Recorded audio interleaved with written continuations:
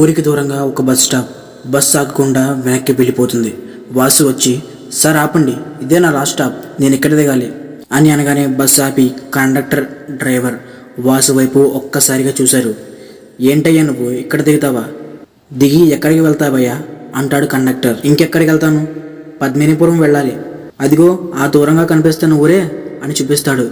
ఇప్పుడు వద్దు బాబు, నీకు ఆ ఊరి గురించి సరిగ్గా తెలియదేమో, పొద్దున్నే వెళ్దూలే అనేసరికి, అయ్యో నాకు తెలియదంటారేంటి, అది మా ఊరే, నేను పట్టణంలో ఉంటాను, అమ్మ నాన్నని చూడ్డానికి వస్తున్నాను అంటాడు వాసు.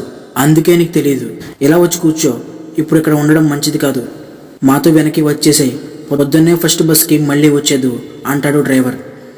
అలా ఏం కుదరదండి, మా అమ్మకి ఫోన్ చేసి చెప్పేశాను, నా కోసం ఎదురు చూస్తూ ఉంటుంది అని ఎంత చెప్పినా వినకుండా బస్ దిగి ఊరి పొలిమేర వైపుగా వస్తూ ఉంటాడు.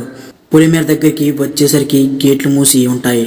ఇదేంటి గేట్లు వేసి తాళం వేశారు, అక్కడెవరో ఉన్నట్టున్నారు అని పిలుస్తాడు. హలో, ఎవరైనా ఉన్నారా, కొంచెం ఇటువైపు చూడండి, కొంచెం తాళం తీస్తారా అని గట్టిగా పిలుస్తాడు. ఎవ్వరూ పలకరు, కనిపించరు. ఇక చేసేదేం లేక వాసు మళ్ళీ బస్ స్టాప్కి వెళ్ళి అక్కడే పడుకుంటాడు. ఊరంతా చీకటి, మల్లెపూల వాసనతో ఊరు నిండిపోయింది. వైష్ణవి భయంతో నిద్రపోకుండా ఆలోచిస్తూ ఉంటుంది. దూరంగా నక్కలు అరుస్తున్న శబ్దాలు వినబడుతూ ఉంటాయి.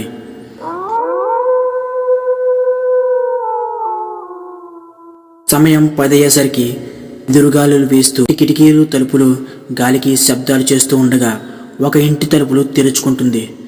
అంతే, ఒక అబ్బాయి నడుచుకుంటూ నదీ తీరానికి వెళ్తూ ఉంటాడు.